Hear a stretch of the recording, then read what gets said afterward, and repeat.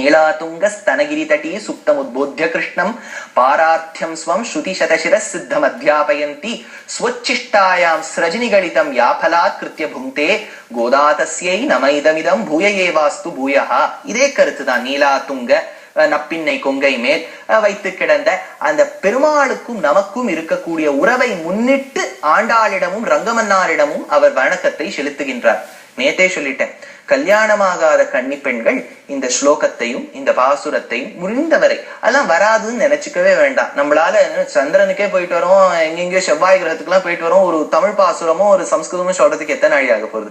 நமக்கு இருக்கிற அறிவுக்கு, அதுவும் எங்க தலைமுறையில இருக்கவாளுக்கெல்லாம் இப்படிங்கிறதுக்குள்ள கத்துக்கோங்க இந்த பாசுரம். இந்த பாசுரம் சொன்னால் எப்படி கல்யாணம் நடக்கும்? சம்பந்தமே இல்லையேன்னு சொன்னா, நாங்கெல்லாம் காலேஜ்ல படிக்கும் போது பிப்பெட்டு டைட்ரேஷன் வாயால எச்ச பண்ணி ஒரு எக்ஸ்பெரிமெண்ட் படிப்போம். இதால என்ன வேலையா கிடைச்சிட போகுது? ஆனா இதை நன்னா பண்ணா மார்க் நன்னா கிடைக்கும், மார்க் நன்னா கிடைச்சா காலேஜ் நன்னா கிடைக்கும், காலேஜ்ல நன்னா சேர்ந்தா வேலை கிடைக்கும். எல்லாம் ரிலேஷன்ஷிப்ல தானே போகுது. அந்த மாதிரி இந்த பாசுரத்தை மனதில் கொண்டு பகவானையும் ஆண்டாளையும் தியானித்தால் நல்ல எண்ணங்கள் ஏற்படும். நல்ல எண்ணம் ஏற்பட்டு விட்டாலே பகவானின் அருள் கிட்டிவிடும். பகவானின் அருள் கிட்டிவிட்டாலே நல்லது நடக்கும். நல்லது என்னும் வார்த்தைக்கே அர்த்தம் சம்ஸ்கிருதத்தில் கல்யாணம். கல்யாணம் நடக்கும். கல்யாணம் ஆனவாளுக்கு அவளுக்கும் கல்யாணம் நடக்கும். ஏன்னா கல்யாணம்னு சொன்னால் நல்லதுன்னு அர்த்தம்.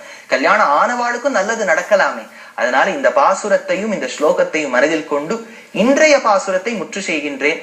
நாளைய பாசுரத்தின் அனுபவத்தை நாளை பார்க்கலாம். கலந்து கொள்ளுங்கள். நன்றி, வணக்கம்.